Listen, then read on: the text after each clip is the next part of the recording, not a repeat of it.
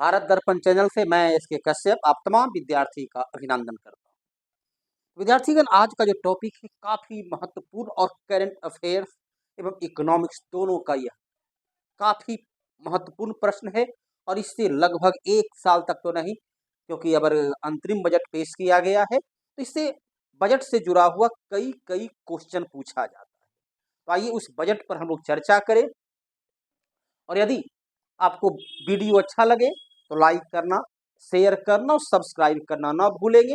तो विद्यार्थीगण, budget budget का यूँ तो शाब्दिक अर्थ चमड़े का थैला होता है, लेकिन बजट से तात्पर्य होता है जब सरकार के द्वारा आने वाला वित्तीय वर्ष का आय और व्यय, इनकम और एक्सपेंडिचर का वार्षिक विवरण को प्रस्तुत किया जाता है लोकसभा में, उसे बजट कहते हैं। पूरे संविधान में बजट शब्द का प्रयोग नहीं है।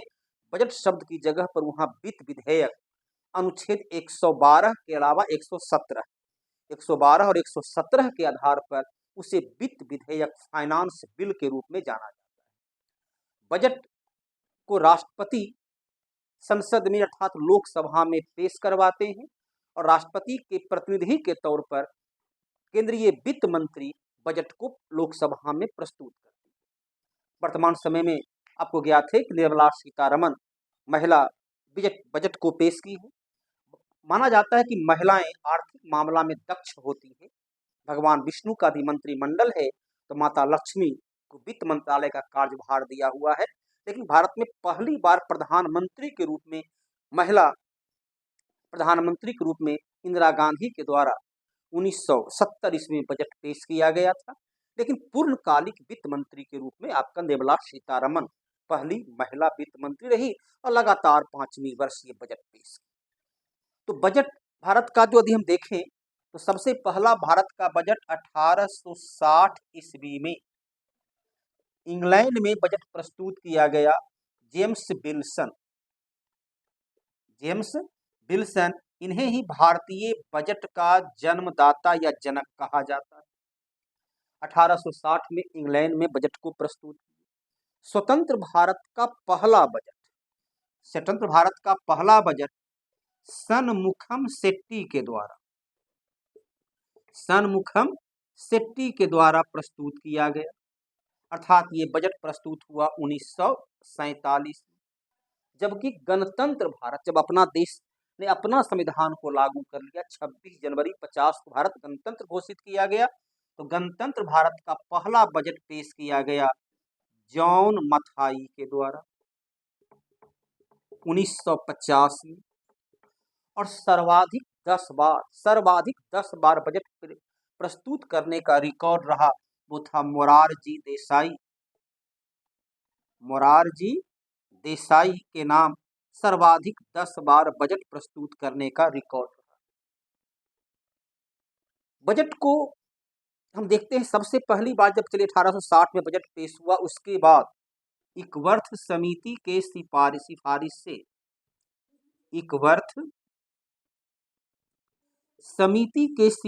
से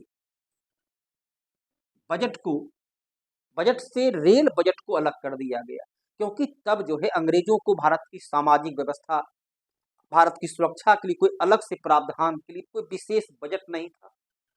भारत की सामाजिक सुरक्षा से लेकर इंफ्रास्ट्रक्चर के निर्माण के लिए अंग्रेज कोई खर्च नहीं करता था। तो सबसे बड़ा हिस्सा रेल बजट का था, क्योंकि रेल के माध्यम से वह इंग्लैंड की वस्तु को भारत के दूर दराज के क्षेत्र तक पहुंचाने में सक्षम रहा, भारत को एक बाजार बनाने में सक्षम रहा। अलग बात है कि रेल हमारे देश के लिए काफ़ी लाभदायक आया और महात्मा गांधी का वक्तव्य भी रहा स्वतंत्रता संग्राम में कि रेलवे ने भारत की स्वतंत्रता संग्राम को विविधता में एकता लाने में सबसे महत्वपूर्ण भूमिका निभाया। तो रेल बजट को इकवर्थ समिति की सिफारिश से 1924-25 से अलग कर दिया गया और विवेक देवराय समिति के सिफारिश पर 2017-18 से एक बार पुनः रेल बजट को आम बजट में शामिल कर दिया गया, क्योंकि अब रेल बजट आम बजट का एक छोटा सा हिस्सा था। कभी रेल बजट आम बजट का सबसे बड़ा हिस्सा हुआ करता था, अब वह एक छोटा सा हिस्सा था। और रेलवे को जो है अलग बजट के रखने के आधार पर यह देखा गया कि रेलवे को पूरी तरह वोट बैंक की राजनीति में बदल दिया। चाहे जो भी भारत में सबसे अधिक रेल मंत्री बिहार के ही रहे, लेकिन बिहार में रेलवे लाइन का कोई विकास नहीं हुआ, कोई इंफ्रास्ट्रक्चर का विकास नहीं किया गया। रेलवे को राजनीतिक मोहरा के रूप में प्रयोग में लाया गया। अंग्रेजों के काल में लगभग 50,000 किलोमीटर रेलवे लाइन था और आज लगभग 66-67 हजार तक पहुंचे हैं, तो कोई विशेष उसका विकास हो नहीं सका। इस बजट के क्षेत्र में ध्यान रखना है, सबसे अधिक 10 बार बजट पेश किए मोरारजी देसाई। गणतंत्र भारत का पहला बजट पेश किया गया जॉन मथाई। स्वतंत्र भारत का पहला बजट पेश किया गया सनमुखम सेट्टी। भारतीय बजट का जनक कहा जाता है जेम्स विल्सन को।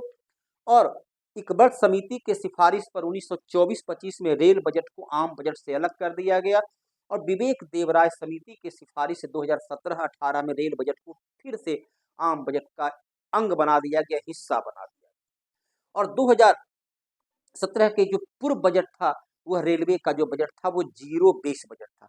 आगे हम लोग देखेंगे तो बजट को अलग अलग कई भागों में बजट को बांटा जाता है। तो बजट का जो वर्गीकरण किया जाता है, उस वर्गीकरण में बजट में एक होता है सामान्य अवस्था में भारत जैसे विकासशील देशों में घाटे का बजट, डिफिसिट फाइनेंस, घाटे का बजट प्रस्तुत किया जाता है।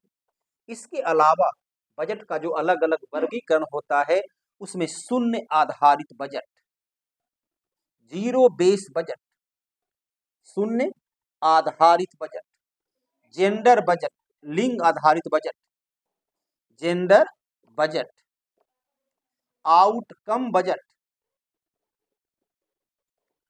Outcome budget.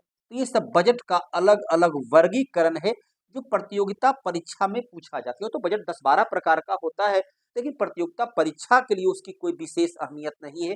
मूलतः ये 4 प्रकार के बजट को परीक्षा के दृष्टिकोण से याद रखना है।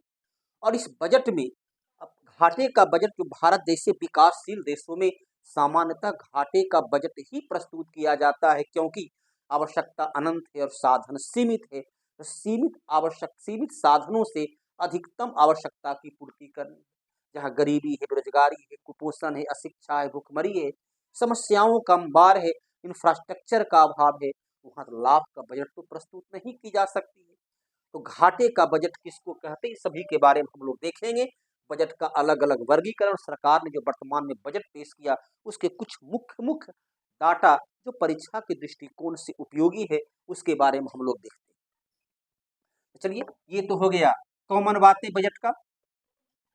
बजट से जुड़ा हुआ जो आगे हम लोग को अध्ययन करना है, बजट का अलग अलग वर्गीकरण होता है। तो बजट में सबसे पहला होता है भारत जैसे देश में घाटे का बजट को प्रस्तुत करते हैं। तो घाटे का बजट किसको कहते हैं?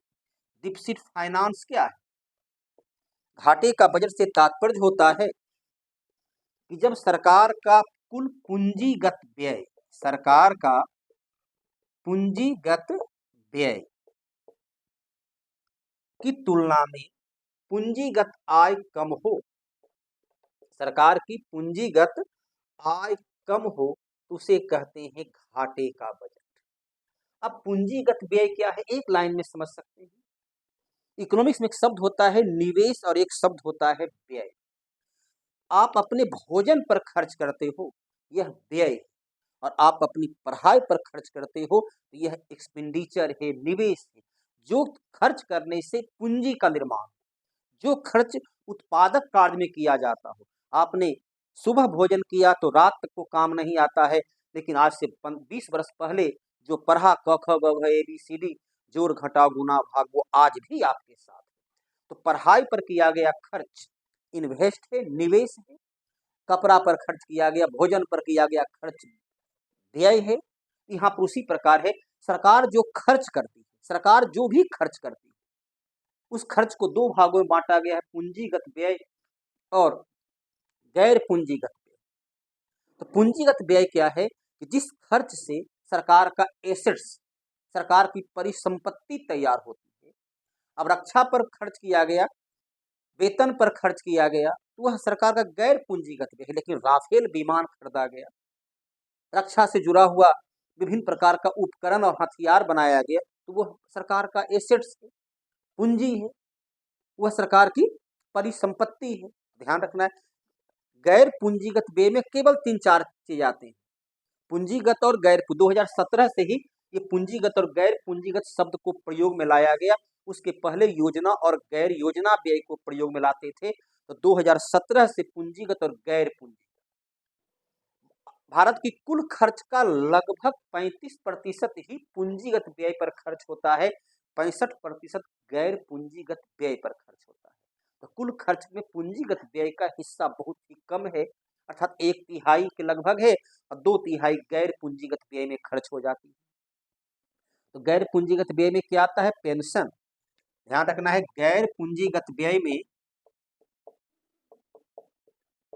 गैर पूंजीगत व्यय में क्या आता है? पेंशन। पेंशन पर किया गया खर्च, वेतन पर किया गया खर्च, चाहे पेंशन जो है सामाजिक पेंशन हो या वृद्धावस्था पेंशन हो या नौकरी के रिटायरमेंट के बाद का पेंशन। ब्याज भुगतान, ब्याज भुगतान, प्रतिरक्षा और वैदेशिक मामले पर किया गया खर्च को कहते हैं गैर पूंजीगत। बस इतना याद रखिए, दिए गए विकल्प को देख करके आप आसानी से तय कर देंगे कौन पूंजीगत है कौन गैर पूंजीगत है। तो घाटे का बजट में पूंजीगत व्यय की तुलना में यदि पूंजीगत आय कम हो उसे घाटे का बजट कहते हैं। और इस घाटे के बजट को हम कई रूप में दिखलाते हैं। सरकार के द्वारा जो दिखलाया जाता है आंकड़ा, वो घाटे के बजट को कई रूप में दिखलाया जाता है, जिसमें सबसे महत्वपूर्ण होता है उसे कहते हैं राजकोषीय घाटा। राजकोषीय घाटा, फिस्कल डिफिसिट, फार्मूला बेस पर है। राजकोषीय घाटा बराबर कुल बजटीय घाटा, जो कि यहां दिखलाया जा रहा है। तो कुल बजटीय घाटा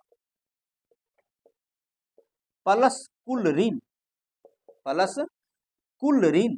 सरकार इस बजटीय घाटा को पूरा करने के लिए या तो कर्ज लेगी या मुद्रा की छपाई करेगी आरबीआई के माध्यम से। हम लोग आगे पढ़ेंगे, मुद्रा का अधिक मात्रा हो जाना, मुद्रा को अधिक छपाई कर देना, मतलब महंगाई को, मुद्रास्फीति को आमंत्रित करना है।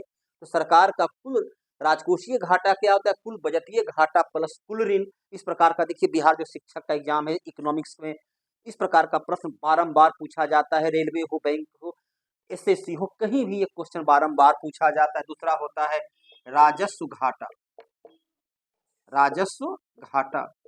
तो राजस्व घाटा बराबर क्या होता है? कुल बजटीय घाटा,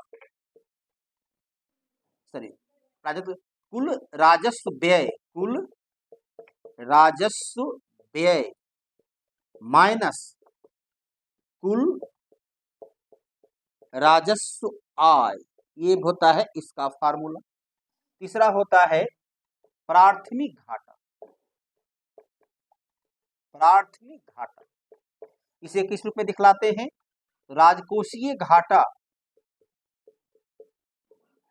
राजकोषीय घाटा माइनस ब्याज का भुगतान,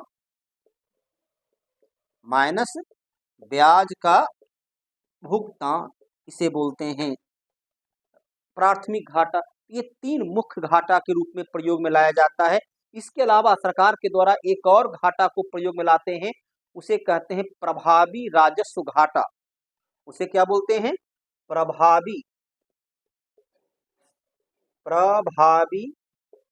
राजस्व घाटा। अभी नया नया इस प्रकार का 2017 के बाद ये शब्द को प्रयोग में लाया जाने का लगा। इसमें क्या होता है सर? प्रभावी राजस्व घाटा बराबर राजस्व घाटा, राजस्व घाटा माइनस पूंजीगत व्यय पर दिया गया अनुदान, पूंजीगत व्यय पर सरकारी अनुदान, सरकारी सब्सिडी, सरकारी अनुदान। इस प्रकार से ये घाटा को अलग अलग भागों में दिखलाया जाता है। और यहाँ पर देखिए क्वेश्चन, एक तो ये हुआ परंपरागत ट्रेडिशनल क्वेश्चन, दूसरा क्वेश्चन इस घाटा में कितना प्रतिशत रहा, इससे जुड़ा हुआ क्वेश्चन पूछा जाता है। चलिए करंट आंकड़ा आपके सामने हम रख रहे हैं भारत सरकार के द्वारा, जो इसमें 2 आंकड़ा होता है। एक है 2023-24 में जो घाटा रहा, और दूसरा होता है 2024-25 जिसकी संभावना सरकार ने व्यक्त किया है। अब चलिए राजकोषीय घाटा पहला को हम लिखते हैं, चलिए यहाँ पहला, दूसरा, तीसरा और चौथा। चलिए पहला राजकोषीय घाटा जो सरकार के द्वारा दिखलाया गया है, ये 2023-24 में 5.8% GDP का रहा, और अगला साल या वर्तमान साल में चलिए कहिए, अभी वर्तमान शुरू हुआ नहीं है, 5% रखने का अनुमान व्यक्त किया गया है। दूसरा जो है चलिए राजस्व घाटा लिखे हैं, राजस्व घाटा 2.8% रहा, और अगला बार सरकार ने लक्ष्य रखा है कि इसे हम 2% तक सीमित रखेंगे। तीसरा जो है प्राथमिक घाटा, प्राथमिक घाटा सरकार का 2.3% का रहा, और सरकार ने 1.5% का रखने का अनुमान व्यक्त किया है। प्रभावी राजस्व घाटा जो चौथा आपके सामने है, 1.8% रहा, और सरकार ने अब 10.8% रखने का लक्ष्य रखा है।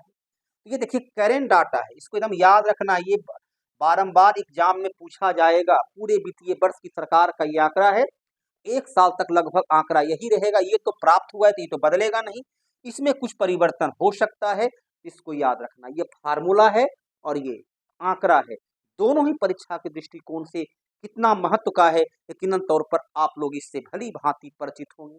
तो विद्यार्थीगण चलिए इसे बोर्ड को हम साफ करते हैं, और आपसे ये आग्रह है कि यदि पढ़ाई बेहतर लगे, कहीं लगता है कि आप इससे लाभान्वित हो रहे हैं, तो यकीनन तौर पर लाभान्वित होते हैं तो सब्सक्राइब करना ना भूलें, शेयर करना ना भूलें, और लाइक करना तो एकदम ना भूलें। चलिए आगे इस बजट क्षेत्र में हम लोग देखते हैं। बजट कई प्रकार का होता है, एक तो घाटे का बजट आपने देखा, अब देखिए एक बजट होता है जेंडर बजट। जेंडर बजट, इसकी शुरुआत भारत में सबसे पहली बार 2005-06 में जेंडर बजट प्रस्तुत किया गया। जब 2000 ईस्वी महिला सशक्तिकरण की शुरुआत हुई, तो समाज की पिछड़ी वर्ग महिला, आबादी की 48% महिला, उसे समाज की मुख्य धारा से अलग रखा गया। सामाजिक, धार्मिक जो भी कारण रहा, राजनीति के क्षेत्र में, आर्थिक क्षेत्र में, शिक्षा के क्षेत्र में, सामाजिक क्षेत्र में महिला को उसके अधिकार से वंचित रखा गया। तो कोई भी देश तब तक विकास नहीं कर सकता जब समाज के दोनों वर्ग, स्त्री और पुरुष मिलकर विकास न करता हो। तो महिला के विकास, महिला के मानसिक बौद्धिक क्षमता का प्रयोग राष्ट्रीय हित में किया जा सके, उसके लिए जब अलग से बजट को तैयार किया जाता है, उस बजट को कहते हैं जेंडर बजट।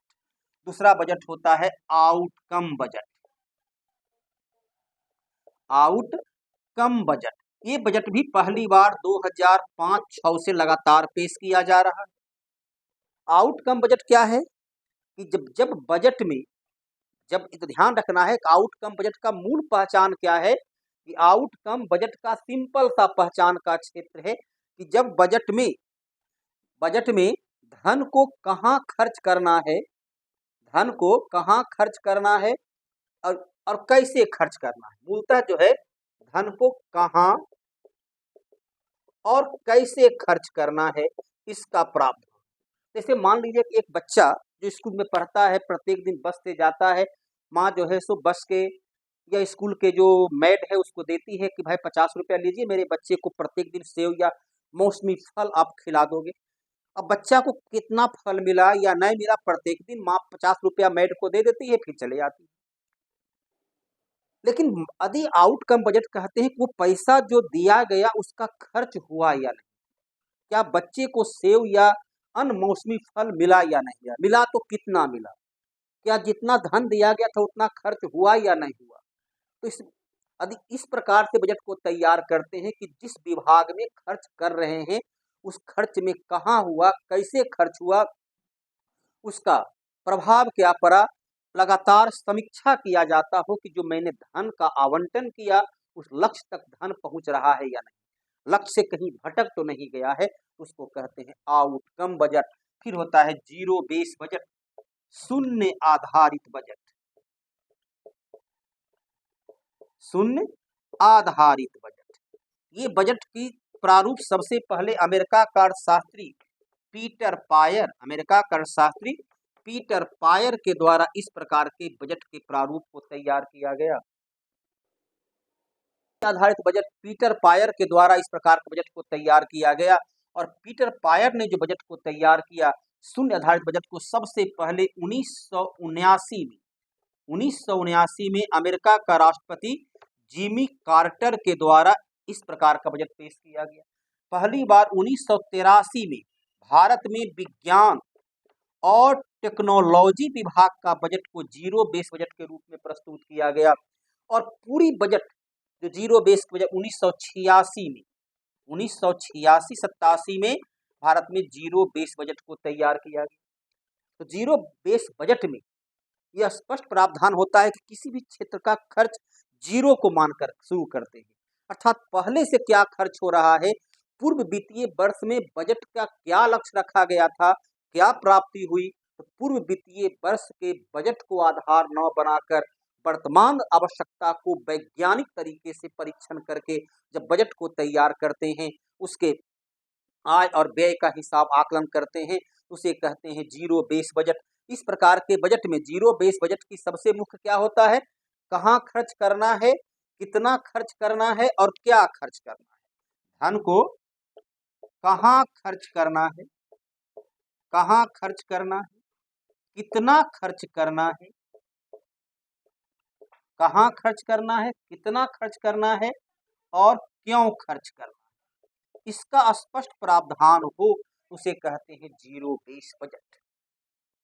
तो भारत में जब प्रधानमंत्री थे राजीव गांधी, तब जो है पूर्ण बजट जीरो बेस था। इंदिरा गांधी काल में पहली बार विज्ञान टेक्नोलॉजी का बजट जीरो बेस बजट के रूप में पेश किया गया। सबसे पहले अमेरिका, उसके बाद जर्मनी में जीरो बेस बजट को तैयार किया गया। Peter Pyhrr zero base budget के ढांचा को या उसके सिद्धांत को तैयार किए। इस प्रकार से ये था जीरो बेस बजट। तो outcome budget, zero base budget, घाटे का बजट, जेंडर बजट, ये सब बजट का मूल वर्गीकरण है जो भारत जैसे देशों में प्रस्तुत किया जाता है, तैयार किया गया है, उससे जुड़ा हुआ ये। और उसके अलावा राजकोषीय घाटा, राजस्व घाटा, करेंट डाटा सहित आपने उसको देखा। चलिए कुछ और करेंट डाटा सहित हम लोग आज चर्चा करें। तो करेंट डाटा सहित जो कुछ अन्य महत्वपूर्ण चर्चा है जो बजट में सरकार के द्वारा दिखलाया गया है, जो बजट में सरकार ने दिखलाया है, इस सरकार का जो बजट का आंकड़ा है उसमें देखिए भारत सरकार खास करके प्रति व्यक्ति आय पीसीआई बारंबार पूछा जाता है। प्रति व्यक्ति आय भारत का कितना रहा, ये क्वेश्चन बारंबार पूछा जाने वाला प्रश्न है। तो आपके सामने देखिए पीसीआई यहाँ पर क्या है, 2022-23 और 2023-24। एक होता है आधार वर्ष, जिसे बोलते हैं अस्थिर कीमत पर, उसे क्या बोला जाता है, अस्थिर कीमत पर, अर्थात 2011-12 के आधार पर भारत की प्रति व्यक्ति आय, याद रखिएगा परीक्षा के दृष्टिकोण से काफी महत्व का है, 98,374 रुपया, 98,374 रुपया है था पूर्व वर्ष में, जबकि वर्तमान वर्ष में यह 1,04,550 रुपया हो गया। इसी प्रकार अब चालू कीमत अर्थात वर्तमान कीमत के आधार पर भारत में प्रति व्यक्ति आय पिछले वित्तीय वर्ष में 1,72,276 रुपया वार्षिक था, जो वर्तमान समय बढ़कर 1,85,854 रुपया हो गया है। ये क्वेश्चन कंटिन्यू आपको पूछा जाता है, भारत की प्रति व्यक्ति आय क्या है, ये क्वेश्चन को याद रखना। साथ ही इसमें देखिए बिहार का भी है, तो बिहार का जो आंकड़ा है, बिहार का प्रति व्यक्ति आय, तो बिहार का प्रति व्यक्ति आय 2023-24 के आधार पर कितना है, 59,000। 2022-23 में है,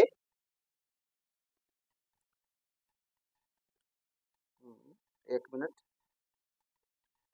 ये चालू कीमत पर जो है 2022-23 में है 59,637 रुपया, 59,637 ₹37 और अस्थिर कीमत पर यह है ₹35,119। ये बिहार का है, ये बिहार का प्रति व्यक्ति आय है और ये था आपका भारत का प्रति व्यक्ति आय। इसके अलावा जो क्वेश्चन बारंबार पूछा जाता है वो है जीडीपी। तो भारत का जीडीपी का विकास दर 2022-23 में 7.2% रहा, जबकि इस वर्ष 7.3%, 2023-24 में 7.3% रहने का अनुमान व्यक्त किया गया है। ये दोनों आंकड़ा को याद रखना। लेकिन बिहार का जीडीपी दर काफी अधिक रहा। भारत की तुलना में बिहार का जीडीपी दर रहा 10.2%, जो भारत में सबसे ज्यादा है। भारत में सबसे ज्यादा बिहार का जीडीपी दर रहा। ये था भारत जीडीपी दर बिहार का 10.2%। ये है बिहार का प्रति व्यक्ति आय 59,637 भारत का प्रति व्यक्ति आय 1,85,854 ये करेंट डाटा पर बारंबार क्वेश्चन पूछा जाता है। बिहार का अभी जितना एग्जाम हो रहा है, शिक्षक वगैरह में सब डाटा काफी काम आएगा। तो बिहार का जीडीपी क्या है, बिहार का प्रति व्यक्ति आय क्या है, भारत का प्रति व्यक्ति आय क्या है, भारत का जीडीपी का दर कितना रहा, पिछला वर्ष कितना रहा, राजकोषीय घाटा। तो करेंट डाटा के साथ आपके सामने ये तमाम तथ्य को रखा गया। मैं उम्मीद करता हूं कि आपको ये डाटा काफी परीक्षा के लिए प्रभावी रूप से काम आएगा, इससे आपको काफी लाभ मिलेगा। तो विद्यार्थीगण, पढ़ाई यदि बेहतर लगी तो यकीनन तौर पर सब्सक्राइब करना, लाइक करना और शेयर करना न भूलेंगे। तो आज की क्लास को हम लोग यहीं पर विराम देते हैं। बजट से जुड़ा हुआ कुछ अन्य तथ्य को, सरकार का आय और व्यय, सरकार का कहाँ खर्च है, उसको अगले दिन अगले कड़ी में इसके साथ साथ रखेंगे, ताकि बजट का दूसरा पार्ट अगले दिन आपको बतलाया जाएगा। आज की ये क्लास को यहीं पर समाप्त करते हैं। धन्यवाद।